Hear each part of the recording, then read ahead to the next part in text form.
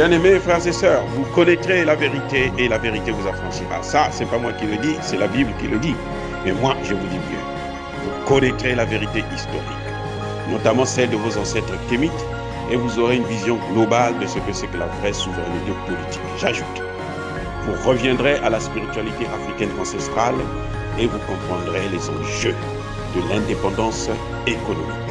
Et pour terminer, vous accepterez votre identité culturelle kémite et vous obtiendrez deux choses. La première, c'est la paix. La seconde, c'est le développement, à une condition. L'unité de toute l'Afrique noire, l'unité de tous les Noirs du monde entier. Otep à tous, bienvenue sur la chaîne des panafricanistes par essence, par conviction et par excellence. Celle des citoyens kémites par nécessité et obligation de combat. Nous sommes une chaîne qui n'est guidée que par nos ancêtres et rien que par les ancêtres qui appartiennent à l'égrégore du monde noir. Par conséquent, nous ne croyons en aucun Dieu venu de l'étranger. Toutefois, cette vidéo n'est aucunement destinée à inciter à la haine ou à la violence. Car nous menons un combat qui est d'abord et avant tout spirituel, intellectuel et démocratique. Ensuite, il est politique, géopolitique et géostratégique. Contre l'impérialisme, le colonialisme, le néocolonialisme et l'endocolonat, qui sont tous qualifiés de crimes contre l'humanité. Nous menons ce combat sur la base du principe fondamental que nous avons hérité de nos ancêtres kémites, qui est celui de la Mahat, c'est-à-dire solidarité, vérité et justice. Vous êtes donc en droit de connaître la vérité et nous avons l'obligation de vous dire la vérité, rien que la vérité, afin que justice soit rendue au continent africain. Et ça, c'est notre modeste contribution dans cette noble lutte en faveur de la souveraineté, la dignité, la solidarité et l'unité africaine. C'est exactement ça que nous appelons le panafricanisme. Bien-aimés frères et sœurs, la rébellion tchadienne a repris du service. Comment expliquez-vous cela? Il y a des panafricanistes qui se trompent, qui se réjouissent d'ailleurs, parce qu'ils ne veulent pas voir Kaka Déby là. Mais si Kaka Déby n'est pas et que c'est les rebelles là qui prennent le pouvoir, les rebelles qui sont soutenus par la France, les rebelles qui sont soutenus par les États-Unis, les rebelles qui sont soutenus par les pays de l'OTAN, alors le Tchad sera livré à l'OTAN. Le Tchad aujourd'hui c'est un pays qui est à cheval entre l'OTAN et le panafricanisme. Et oui, le Tchad est à cheval. Il faudrait que nous comprenions bien, parce que nous devons savoir ce que nous voulons. Ce n'est pas parce qu'on n'aime pas une personne qu'on va se dire que bon, voilà, cette personne... Oui, nous avons, moi, le premier d'ailleurs, nous avons tous critiqué Eyadema, moi je l'ai toujours critiqué. Eyadema est parmi les premiers chefs d'État de la CEDEAO à dire non. Eyadema n'a pas attendu la décision de l'Union africaine, du Conseil de paix et de sécurité pour prendre sa décision. Et Eyadema a dit non, on ne va pas trop loin. On peut aller aux sanctions, ok, d'accord, mais l'action militaire, moi, je ne suis pas d'accord. Et il a fait savoir d'une manière spéciale, en disant qu'il a tout simplement dit, mon sol, mon espace, vous ne l'utilisez pas pour attaquer mon frère. Ça veut dire que je ne veux pas l'intervention militaire. Et c'est ça que l'on veut. Les sanctions économiques et autres, tout le monde sait qu'ils arrivent à contourner ça. Et puis, le Niger n'utilise pas le port de Lomé, mais utilise le port de Bénin, de Cotonou. C'est ça le problème. Donc, Eyadema, lui, il se dit non. Même si je signe les sanctions, mais moi, je ne fais pas mal pour autant au Niger. Celui qui ferait vraiment mal au Niger, c'est l'autre, puisque les produits du Niger passent par là. Et il ne peut pas aussi se mettre à dos les Occidentaux, à dos les larbins de la France et de l'OTAN à cause du Niger, puisqu'il a quand même un pays qu'il gère, les intérêts de son pays aussi, il doit les préserver. Donc, c'est lui qui est en train de mener aujourd'hui la négociation déjà pour sortir le Niger de cette situation. Voilà un État. Donc, même si on n'aime pas la personne, quand il pose un acte sérieux, bien, il faut le soutenir. Il faut le soutenir. C'est ça ce qu'on appelle l'honnêteté intellectuelle et panafricaniste. Parce qu'un panafricaniste, sa première vertu, c'est d'être honnête. Je répète, la première vertu d'un panafricaniste, c'est être honnête. Quand, même si c'est son adversaire, même si c'est quelqu'un qu'on n'aime pas, quand il fait quelque chose de bien, il faut saluer. Comme nous saluons aujourd'hui la décision de Biden de dire nous, on préfère l'option négocier. On ne veut pas la guerre. Parce que la guerre, c'est le scénario pire, catastrophique pour l'ensemble du continent africain. Donc ceux qui disent que non, on ne veut pas, il faut accepter ça, il faut reconnaître ça, que ça c'est une bonne idée. Donc on a beau dire quoi que ce soit sur Idriss Déby, on sait aujourd'hui que l'opposition de Idriss Déby, ce sont les Moussa Faki là, que vous voyez. Moussa Faki a dit, moi je suis pour la guerre.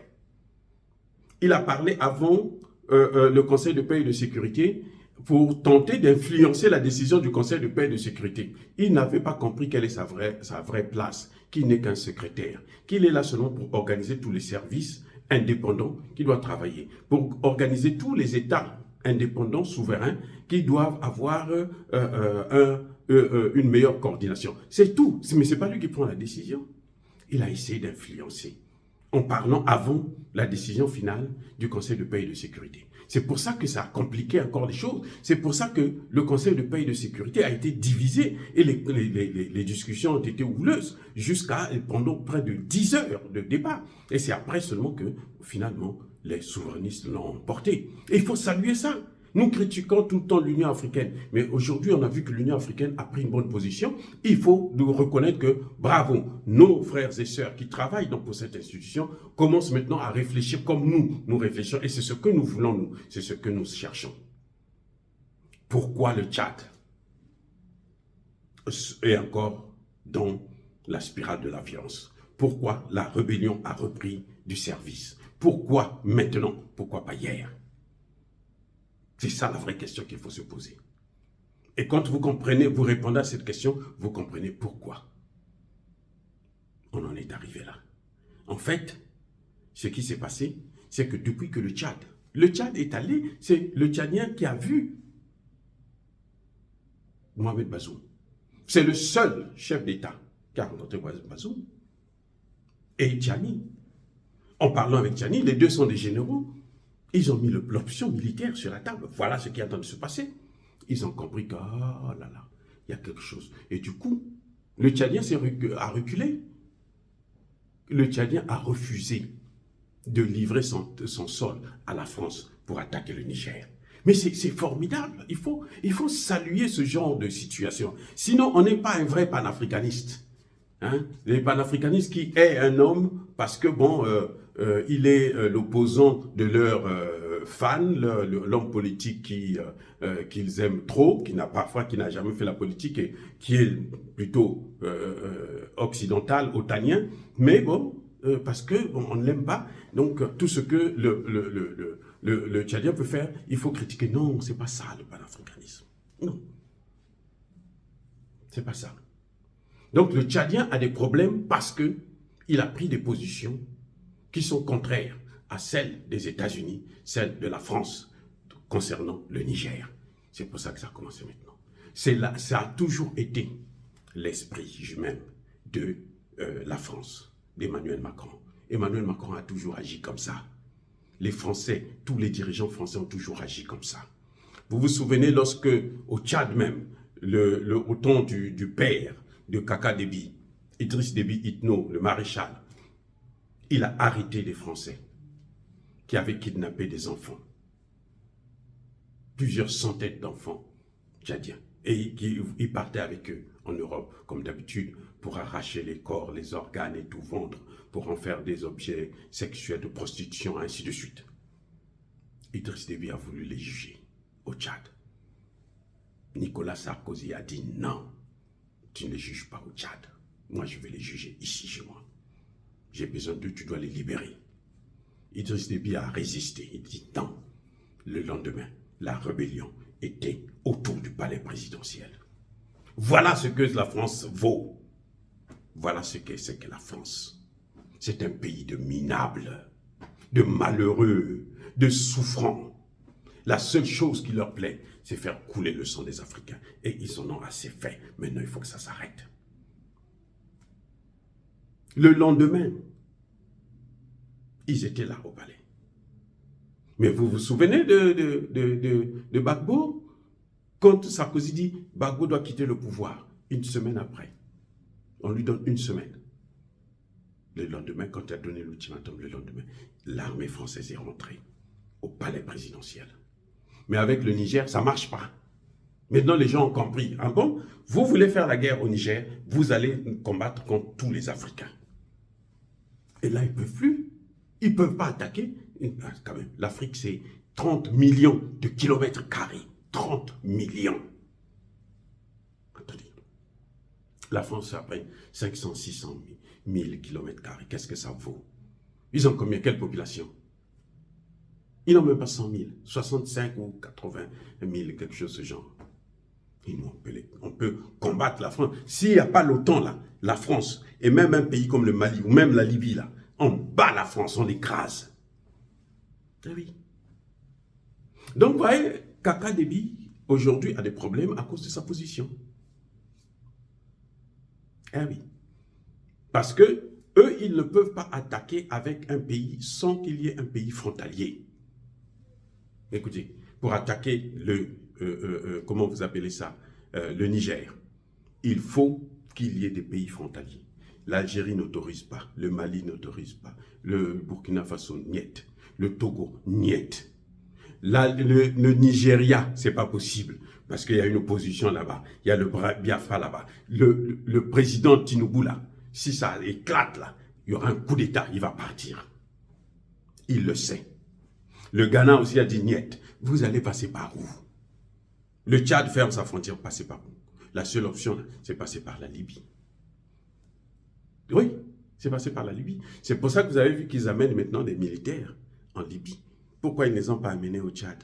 Et c'est vrai, ils renforcent la position du Tchad parce qu'ils estiment que Kaka Déby va finir par donner son aval. Mais Kaka Déby ne peut pas le faire. Le premier ministre nigérien était là au Tchad. Là. Vous croyez que c'est pour aller danser, pour aller boire le champagne? Non. C'est pour aller lui dire que non, nous on est en train de se battre aussi pour toi. Parce que si on arrive à... Ils occupent le Niger. Si les Occidentaux là occupent le Niger, là, ils vont attaquer l'Afrique du Nord. Ils vont attaquer l'Afrique centrale. Ils vont attaquer l'Afrique de l'Ouest. Y compris le Sénégal et la Côte d'Ivoire. Voilà ce qui est en train de se passer. Donc, Idriss Déby le sait. Et Idriss Déby, s'il est là au pouvoir, là, parce qu'il a eu le soutien des chefs d'État de la sous-région, de l'Afrique centrale. Et s'il commet cette erreur, l'Afrique centrale ne va pas le soutenir encore. Et vous allez voir comment il va tomber lui-même. Donc les armes que la France est en train d'envoyer au Tchad, là, ça ne servira à rien. Au contraire, c'est très bien, parce que ces armes-là, quand ils vont quitter le Tchad, ils vont laisser ça. On va les obliger de laisser ça. Ils vont laisser ça. Ils vont laisser ça. Ils ne peuvent pas trimballer ça en France. Ils vont faire quoi avec? Ils ne peuvent pas.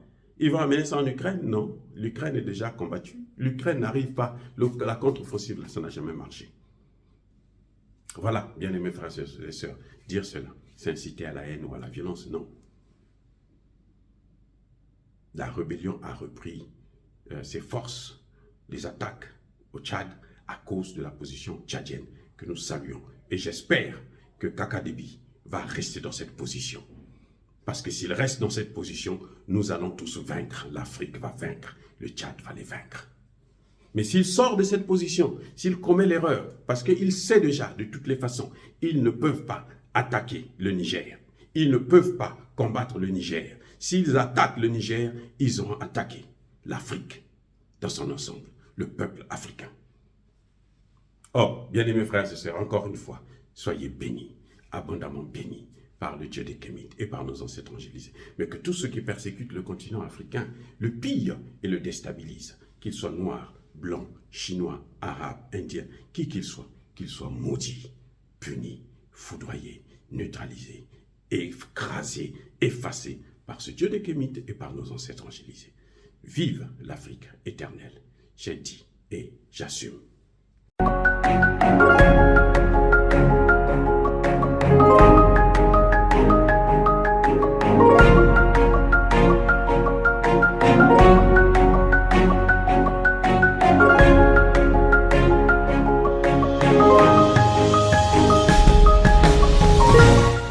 ils marchent par la foi et non par la vue.